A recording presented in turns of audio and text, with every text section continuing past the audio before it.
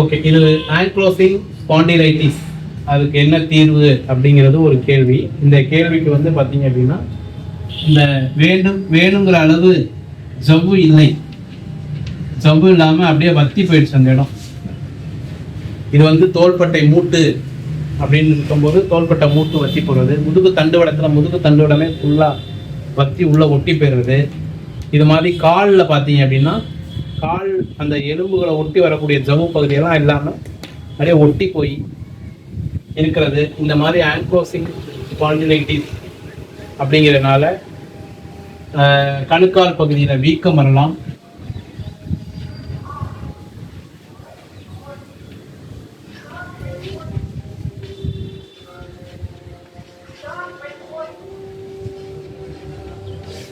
அதாவது நம்முடைய சக்திக்கு மீறிய செயலை செய்யும்போது நம்மளுடைய உடலில் வந்து வீக்கம் இருக்கு.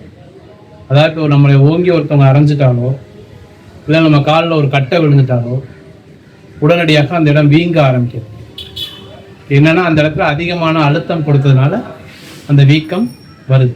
இப்போ இந்த ஆங்க்லோசிங் ஸ்பாண்டிலைட்டிஸ்னால அவங்களுக்கு அந்த இடத்துல என்ன இல்லை, தேவையான அளவு ஜவ்வு இல்லை. அப்படிங்கிறப்போ அவங்களால சாதாரணமான செயல்களுக்கு கொடுக்கக்கூடிய ப்ரெஷரே என்ன ஆயிடுதுன்னா அவங்களுக்கு அதிகமான அழுத்தம் ஆயிடுது. ஸோ அதனால என்ன ஆகுதுன்னா கணுமூட்டை சுற்றி எப்போதுமே ஒரு வீக்கம், அதாவது நிற்கிறது நடக்கிறது அப்படிங்கிறது எல்லாருக்கும் இயல்பான ஒன்றா இருந்தாலும் இதை போன்ற இந்த ஜவ்வு பற்றாக்குறை அப்படிங்கிறது இருக்கும்பொழுது அவங்களுக்கு வந்து ஒரு ஓவர் கம்ப்ரெஷனாக மாறுறதுனால அந்த இடம் வந்து வீங்கிடுது. அதனால சில ரொம்ப வீக்கம் அதிகமாகும் போது இயல்பான நடை அப்படிங்கிறது இல்லாமல் போகும். தடுமாற்றத்தினுடைய நடை அப்படிங்கிற மாதிரி ஏற்படுது. தடுமாற்றத்துடைய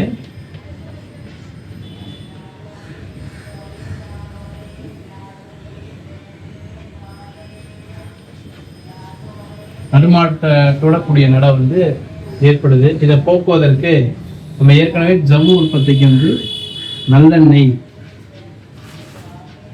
அப்படிங்கிறது ஜவ்வு உற்பத்திக்கு மிகவும் சிறந்த மருந்து அப்படிங்கிறத நம்ம வந்து சொல்லியிருக்கோம்.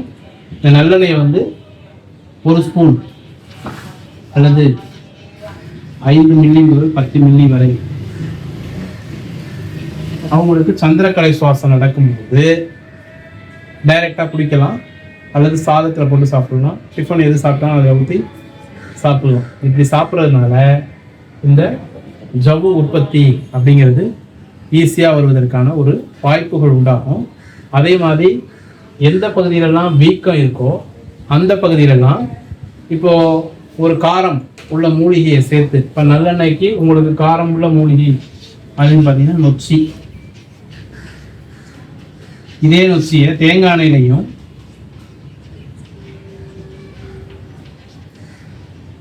ஒரு 100 மில்லி நல்லெண்ணெய் எடுத்துக்கிறீங்க. ஒரு 10 நொச்சி இலையை நல்லா 1-2 இடித்து அந்த 100 நல்லெண்ணெயில் போட்டு காய்ச்சி வடிகட்டி வச்சுக்கிறீங்க. ஒரு 100 மில்லி தேங்காய் எடுத்துக்கிறீங்க. ஒரு 10 நொச்சி இலை எடுத்துக்கிறீங்க. அதை நல்லா 1-2 இடித்து அதை தேங்காய் எண்ணெயில் போட்டு காய்ச்சி வச்சுக்கிறீங்க. இந்த எண்ணெயை உங்களுக்கு சந்திரக்கலை சுவாசம் நடக்கும்போது நல்லெண்ணெய் தைலத்தை தடவுறீங்க. ஓகே, சூரியக்கலை சுவாசம் நடக்கும்போது தேங்காய் எண்ணெய் தைலத்தை தடவுறீங்க. இது என்ன அப்படின்னா டைரெக்டாக உங்களுக்கு தேவையான புரோட்டீன் இந்த எண்ணெய் மூலமாக கிடைச்சிடும். இந்த காரம் அப்படிங்கிறது இந்த எண்ணெயில் கிடைக்கக்கூடிய புரோட்டீனை இன்னும் வேகமாக உள்ள அனுப்பும். அதனால என்ன ஆகும், வீக்கம் சீக்கிரமாக படிஞ்சுக்கிட்டே வரும். ஈஸியாக நடப்பதற்கான வாய்ப்புகள் உண்டாகும். வீக்கம் படிந்து கொண்டே வரும். இதே நம்ம நல்லெண்ணெய் உள்ளுக்குள்ளே சாப்பிட்டுக்கிட்டே வரும்பொழுது என்ன ஆகிட்டே இருக்கும், ஜவ்வு உற்பத்தி ஆகிறதுனால சீக்கிரமாக அந்த எவ்வளோ ப்ரெஷர் கொடுத்தாலும் வீங்கிறது அப்படிங்கிறதுக்கான வாய்ப்புகள் இல்லாமல் இருக்கும். ஓகே, அப்போ நமக்கு உணவில் எண்ணெய் என்பது மிகவும் முக்கியமான ஒன்றாக இருக்கிறது. எண்ணெய் நல்லா, ஆமாம், எண்ணெய் உடம்புக்கு எண்ணெய் எண்ணெய் நல்லெண்ணெய், எந்த நல்லெண்ணெய், எள்ளு எண்ணெய், ஓகே, எள்ளு எண்ணெய் அதாவது பச்சை எண்ணெய், கொதிக்க வைத்த எண்ணெய் அப்படிங்கிறது வந்து நமக்கு எதிர்விளைவை உண்டாகும், மருத்துவமாக பயன்படும். பச்சை எண்ணெய் வந்து மருந்தாக பயன்படும். அதனால் எள்ளு அப்படிங்கிற விஷயத்துல இருந்து நல்லெண்ணெய் வந்து பச்சையாக சாப்பிட்றது அப்படிங்கிறது ஜவ்வு உற்பத்திக்கு மிகவும் உதவியாக இருக்கும். அது மாதிரி உளுந்து வந்து என்ன பண்ணலாம், உளுந்த மாவை அரைச்சி வச்சுக்கிட்டு நம்ம தோசை நீங்கள் போடும்போது அதில் ஒரு 2 மாவு உளுந்தம் தோசை. உங்களுக்கு சூரியக்கலை சுவாசம் நடக்கும்போது 2 உளுந்த தோசை அப்படி சாப்பிட்டு வந்தாலும் அவங்களுக்கு வந்து சீக்கிரமாக என்ன செஞ்சுங்க. அது மாதிரி நாட்டுக்கோழி முட்டை கிடைச்சா நாட்டுக்கோழி முட்டை இதெல்லாம் சாப்பிடும் பொழுது அவங்களுக்கு வந்து என்ன செய்யும், ஜவ்வு உற்பத்தி அப்படிங்கிறது எளிமையாக வந்துவிடும். பொதுவாக ஜவ்வு அப்படிங்கிறது எப்போ வத்துது அப்படின்னா சரியாக சாப்பிடாதவங்களுக்கு. ஓகே, என்ன பண்ணுறாங்கன்னா 3 வேளையும் ஜூஸ் டயட்டுன்னு சொல்லிட்டு ஓகே ஏதாவது தண்ணி ஆகாரத்தை குடிச்சு ஏமாற்றிக்கிட்டே இருப்பாங்க. ஓகே, அப்போ உடம்பு ஒரு அளவுக்கு மேலே என்ன பண்ணுதுன்னா ரொம்ப வத்திடுது. அதனால வெறும் தண்ணி ஆகாரம் அப்படிங்கிறது வந்து உபவாசம் இருக்கும்போது நீர் உபவாசம், பலரச உபவாசம் இதெல்லாம் எடுப்பதற்கு அந்த உபவாசத்தை நேரத்தோட நிறுத்திக்கணும். நான் எப்போவுமே லிக்விட் டயட்டில் தான் இருப்பேன் அப்படின்னாக்க மாட்டிக்கிங்க. அதனால் 3 வேளை நல்ல ஆகாரம் சாப்பிடுங்க. சரியாக சாப்பிடாதவங்களுக்கு தான் ஜவ்வு பற்றாக்குறை மேக்சிமம் வருது. அது இல்லாமல் இன்னொருத்தவங்களுக்கு வருது அப்படின்னா சாப்பிட்ட ஆகாரத்துலேருந்து சத்தை எடுக்காததுனால வயிறு ஃபுல்லாக புண்ணாக இருக்கும்.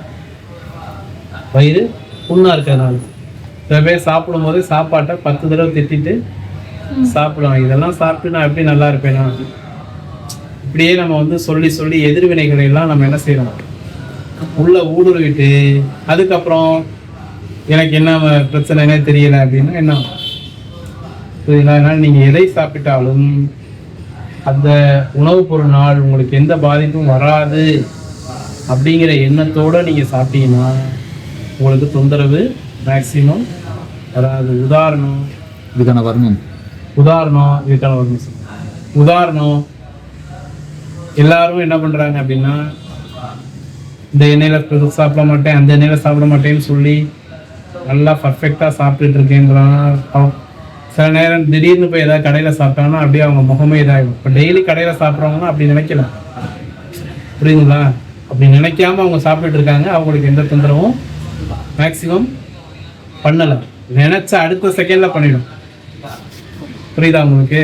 ஓகே, நம்ம நினைவு எதிர்வினையாக நினைப்பது என்பது நல்வினையாக நம்முடைய நினைவு வந்து எப்படி இருக்கணும், நல்லா இருக்கும்.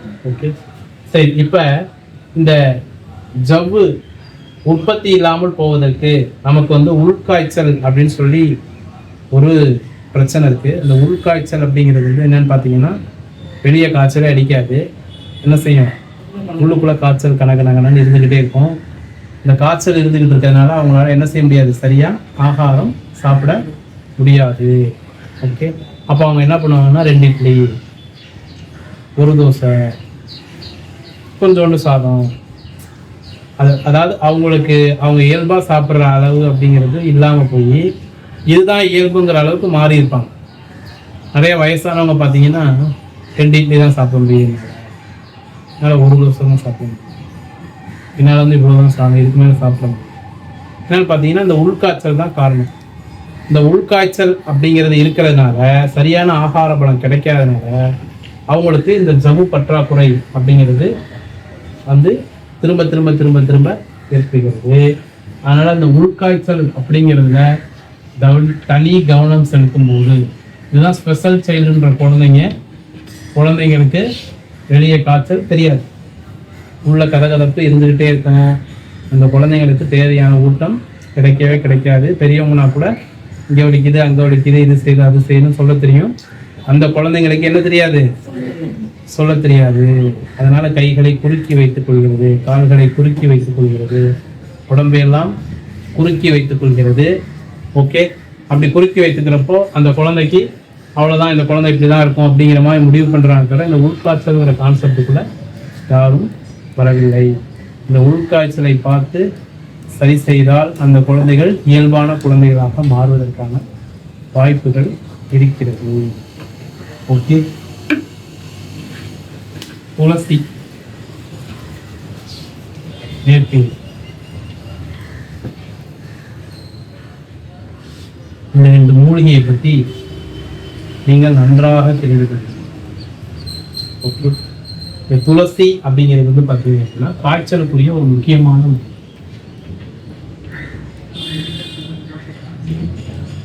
இந்த வேப்பிலையும் காய்ச்சலுக்குரிய ஒரு முக்கியமான, இது கசப்பா இருக்கும், இது காரமா இருக்கும், உங்களுக்கு தெரியும். வேப்பிலை குளிர்ச்சி, துளசி சூடு. சரிங்களா? ஒரே ஒரு வேப்பிலை, ஒரு 10 துளசி இலை, ஒரு டம்ளர் தண்ணி விட்டு கொதிக்க வச்சு, கசப்பு இருக்கிறதுனால சாப்பிட்றதுக்கு முன்னாடி குடிச்சிட்டு சாப்பிட்டாக்க இது வயிறு புண்ணு ஆற்றும், உள்ளுக்குள்ள அந்த புண்ணுல இருக்க புழுக்கள் எல்லாம் கொல்லும். ஓகே, புரியுதுங்களா? உள்ளுக்குள்ள பூச்சியினால் வரக்கூடிய பாதிப்புகள் எல்லாம் போக்கும், புழுவினால் வரக்கூடிய பாதிப்பெல்லாம் போக்கும். அதனால உள்காய்ச்சல் அப்படிங்கிறது இல்லாமல் போகும். ஓகே, இப்போ இந்த துளசி வேப்பிலை அப்படிங்கிறது ரெண்டுமே வந்து இது மஞ்சக்காமாலைக்கு மருந்து. வேப்பிலைங்கிறது என்னது? மஞ்சள் காமாலையை போக்கக்கூடிய ஒரு மருந்து. கண்ணெல்லாம் மஞ்சளாக இருக்குது அப்படின்னா சாப்பிட்றதுக்கு முன்னாடி ஒரு வேப்பிலை 10 துளசி கொதிக்க வச்சு குடித்தா கண்ணில் இருக்க மஞ்சளும் போயிடும். ஓகே, ஈரானள்ளி கூட குடிக்கிறவங்க சாப்பிட்டா எதிர்விளைவு பண்ணுது, வேப்பிலை எந்த எதிர்விளைவும் பண்ணாது. திரும்பி அவங்க குடித்தாலும் எந்த பாதிப்பும் வராது. பாதிப்பு கொடுக்காத ஒரு மூலிகையை பற்றி தான், பாதிப்பு தராத ஒரு விஷயத்தை பற்றி தான் நம்ம நிறையா உங்களுக்கு எல்லா விஷயமும் சொல்லிட்டு இருக்கோம். இந்த துளசியும் வந்து பார்த்தீங்க அப்படின்னா தோலுக்கு நிறத்தை தரக்கூடிய நிறமிகள், மெலட்டோனின் அப்படின்னு சொல்லக்கூடிய அந்த நிறமிகள், அதையெல்லாம் கொடுப்பதற்கு கல்லீரல்ல தேவையான அளவு செக்ரேஷன் உருவாக்குறதுக்கு இந்த துளசி மிகவும் முக்கியமான மருந்து. ஓகே, ஒரு வாய்வு கேஸ், அந்த கேஸ்ல வந்து எல்லாம் தண்ணியில கிருமி இருக்கும் இல்லையா? ஓகே, இப்போ இந்த தண்ணி எப்படி இருக்குன்னா அது ஒரு கேஸா இருக்கு, அந்த கேஸ்லையும் கிருமி இருக்கு. எப்படி இருக்கு புரியலையா? மேகம்னு சொல்றோம் இல்லையா? மேகம்ங்கிறது கேஸாக தானே இருக்கு, அப்புறம் அது லிக்விடா மாறி இருக்கும்.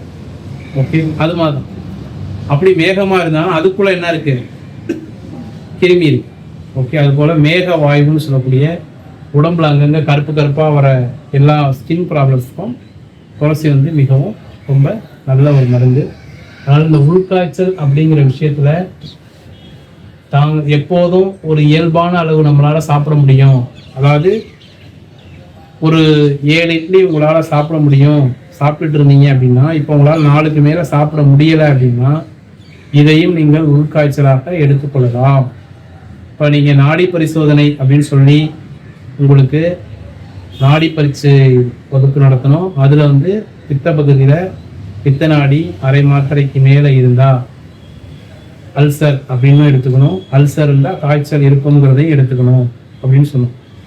நீங்கள் 100 பேருக்கு நாடி பார்த்தீங்கன்னா 90 பேருக்கு உள்காய்ச்சல் இருக்கும்.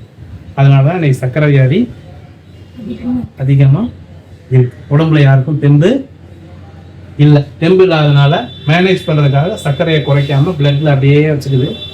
அதை நம்ம சர்க்கரை வியாதின்னு அதை நோட் பண்ணி என்ன செய்கிறோம், அதுக்கு ஒரு மாத்திரையை போட்டு, அந்த மாத்திரை ஒரு சைடு எஃபெக்ட் இருந்ததுன்னா அதுக்கு ஒரு மாத்திரையை போட்டு இப்படியே என்ன செஞ்சுட்டு இருக்கணும், அடி வாங்கிட்டு.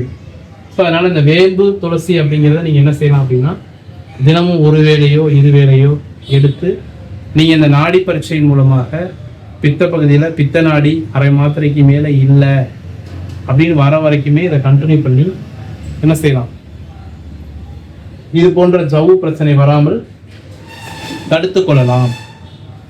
ஓகே, சரிங்களா? இப்போ வருமத்தில் வந்து ஜவ்வு உற்பத்தி அப்படின்னு பார்த்தீங்கன்னா இந்த ஜவ்வு எது உங்களுக்கு நிறைய உற்பத்தி பண்ண கொடுக்க போகுது. ஓகே, வருமத்தில் ஜவ்வு உற்பத்திக்கு என்ன வருமோ அப்படின்னு பார்த்தீங்கன்னா கவுளி காலம் அப்படின்னு சொல்லி இப்போ நம்ம நடத்தணும். இந்த கவுளி காலம் அப்படிங்கிறது பார்த்தீங்கன்னா நரம்பு பெசகள் அப்படிங்கிறத சரி பண்ணும். நரம்பு பெசகள் அப்படிங்கிறத சரி பண்ணுறதுக்கு கவுளி காலம் மிகவும் உதவியாக இருக்கிறது அப்படின்னு சொல்லி உங்களுக்கு சொல்லியிருந்தோம். நரம்பு அப்படிங்கிறதுல எப்போ பிரச்சனை வரும்னா ஜவ்வு இல்லைன்னா என்ன செஞ்சிடும், நரம்புல ஆட்டோமேட்டிக்காக பிரச்சனை வந்துடும். அதனால ஜவ்வு வேணுங்கிற அளவு இருந்துச்சுன்னா நரம்பு சம்மந்தப்பட்ட பிரச்சனையே மேக்சிமம் வராது. ஓகே, அப்போ நரம்பு பிரச்சனை வராமல் இருக்கிறதுக்கு உரிய ட்ரீட்மெண்ட் இந்த கவுளி காலம் வந்து தினசரி நீங்கள் இப்போ இது வந்து ஆண்களுக்கு வெப்ப பகுதி, சந்திரக்கலை சுவாசம் உள்ளவர்கள் இடது கையில், சூரியக்கலை சுவாசம் உள்ளவர்கள் வலது கையில். டெய்லி காலை இரவு கவுளி காலம் கொடுத்துக்கிறதுனால ஓகே, நீங்கள் கொடுத்து பார்த்தீங்கன்னா தெரியும், கொடுக்க உங்கள் முதுகு தண்டுவடத்தில் இருக்கக்கூடிய ஜவ்வு அழுந்தி இருக்கா, நார்மல். காலில் ஜவ்வு அழுந்தி இருக்கா, நார்மல். ஆனால் இதெல்லாம் செஞ்சு பார்த்தா தான் தெரியும். ஸோ கவுளி காலம் நமக்கு இலவசமாக கிடைக்குதுங்கிறனால என்ன செய்கிறோம், மறந்துடுவோம். அதனால் மறக்காமல் செஞ்சீங்க அப்படின்னா ஜவ்வு பிரச்சனைலேருந்து வெளியே வந்துடலாம். நீங்கள் துளசி வேப்பிலையை பயன்படுத்துகிற மாதிரி உங்களுடைய மணிப்பூரக தலவல் அப்படின்னு சொல்லக்கூடிய தொப்புளை சுற்றி வளமிருந்து இடமிச்சு, இடமிருந்து வளமிச்சு, திரும்பி வளமிருந்து இடமிச்சு, அப்படி ஒரு நாளைக்கு 15 தடவை தடவி குடிக்கும்போது இந்த வேப்பிலை துளசியை சாப்பிட்டால் என்ன உங்களுக்கு கிடைக்குமோ அந்த பலன் தினசரி